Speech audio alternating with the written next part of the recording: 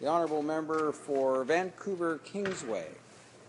Thank you, Mr. Speaker. I am pleased to rise again with respect to the Comprehensive Economic and Trade Agreement. I appreciate the opportunity to follow up on a question that I asked recently about leaked reports from the European Union that suggested that negotiations between Canada and the EU were unfolding in a way that could lead to an imbalanced deal that is not in Canadians' interests.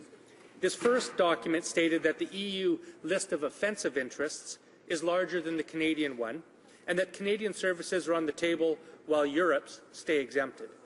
More recently, we have seen leaked documents, again from the European Union, stating that the EU is aggressively coming after Canadian banking regulations that helped Canada weather the blow of the global recession that began in 2008.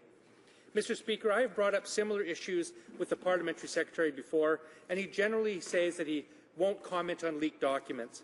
Now, this might be a justified policy, except for the fact that leaked documents are all that Canadians have to go on because this government is the most secretive of any government involved in trade negotiations, maybe in the history of our country.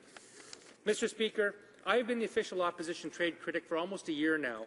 In that time, the Minister of International Trade has never come before our committee to update us on the progress of the negotiations once. The government does not provide us with specific information about what we are seeking to gain from the deal, and it will not provide any information about what we are willing to give up. Once again today, there was a motion before our Trade Committee to call the Minister to update us on CETA. Once again, the Conservatives made us discuss this in secret. Once again, the motion to call the Minister before our committee was not adopted. This is not how you provide transparency to Canadians, Mr. Speaker. Before being elected to this place, I negotiated hundreds of agreements, and I know that negotiations can be done in a more transparent manner. Of course, actual negotiations occur behind closed doors, but you can give periodic updates and outline what issues are on the table to the principals upon whose behalf you are bargaining, and that's Canadians. Trade negotiations are no different, Mr. Speaker. In fact, we need to look no further than our partner.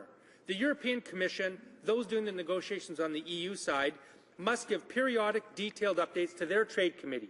Our largest trading partner, the United States, also has a much more transparent process that involves their Congress in a real, meaningful way. Instead, in Canada, we get vague descriptions about a wonderful future where the Conservatives spin fanciful stories of mythical gains.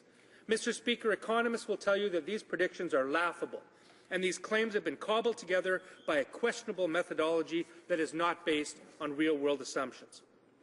On the other side, Mr. Speaker, Canadians are expressing serious concerns about what the Conservatives are willing to give up in order to secure a deal with the EU. There are worries about investor-state dispute resolution processes that will hamstring local economic development initiatives. There are major concerns about the effect of this deal on farmers in the dairy, egg and poultry industries. Will it raise the cost of medications for Canadians and provinces? Mr. Speaker, what is needed here is transparency in the process so that we are dealing with facts rather than with leaked documents, fear, ideology and spin. Mr. Speaker, why won't the government give a briefing to this Parliament and Canadians about what is at stake with CETA so that we can see this deal before it is concluded? The Honourable Parliamentary Secretary to the Minister of International Trade. Thank you, Mr. Speaker. Mr. Speaker, I think you've pretty well heard most of what the honourable member has to contribute. He summed it up himself just now: fear, ideology, and spin. That pretty well sums up what he really had to say. You know, he wants to look in a serious way at leaked documents. What's a leaked document? Who even knows, Mr. Speaker? You know, he's saying this deal should be over based on a calendar. Like, is that you going to do this on a calendar? Or are you going to do this on the quality of the agreement? You know, the minister has briefed committee. He has been to committee. We've had our trade officials to committee. We've had Steve Verhoeven, who is our chief trade negotiator, to committee. And it's absolute nonsense that somehow the European Parliament is better briefed than our own parliamentarians. And it's a false statement, clearly.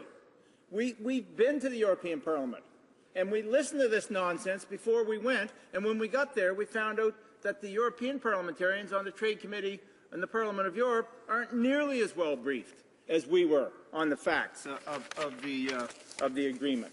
The reality is, Mr. Speaker, that this agreement is being negotiated. You don't negotiate in public, and you don't negotiate in the press, unless you're the NDP or trade unionists, and you're using that to leverage some type of gain. In this case, I'd call that some type of supposed political gain, Mr. Speaker. You know, for his own province, for the first time, we're looking to get Canadian fish and seafood into the European Union duty-free. Mr. Speaker, that's a huge boost for British Columbia, with a great potential for the wild fish industry in British Columbia. You know, last year, or the last 3 years, I think, British Columbia shipped somewhere in the neighborhood of $324 million worth of lumber into the European Union. You know, if we can lower those tariffs, if we can move that lumber into the European Union duty-free, that's a tremendous boost for the province of British Columbia. You know, I would emphasize, just in closing, Mr. Speaker, that, you know, this is not going to be negotiated on the calendar, and it's certainly not going to be negotiated by the opposition. And when this deal is final, it will be debated in this place where it should be debated, and it will be before the committee, and we will study it in depth as our responsibilities require us to do. Thank you, Mr. Speaker. Honourable member for Vancouver Kingsway. Well, Mr. Speaker, this is classic. The government won't talk about the negotiations, but they will spin things that fish will be a benefit to Canada. So they want to talk about the positives, but not what Canada will be giving up. Mr. Speaker, we can reach a deal with Europe that will be mutually beneficial. The EU is exactly the type of progressive, high-standards partner that we should be trading with. But Canadians are not convinced that the Conservative government will negotiate a balanced agreement. Once the deal is inked, there will be no changing it. It will be presented to us, and we will either have to support it or not. Here are some specific questions that Canadians want answered now, before the deal is reached.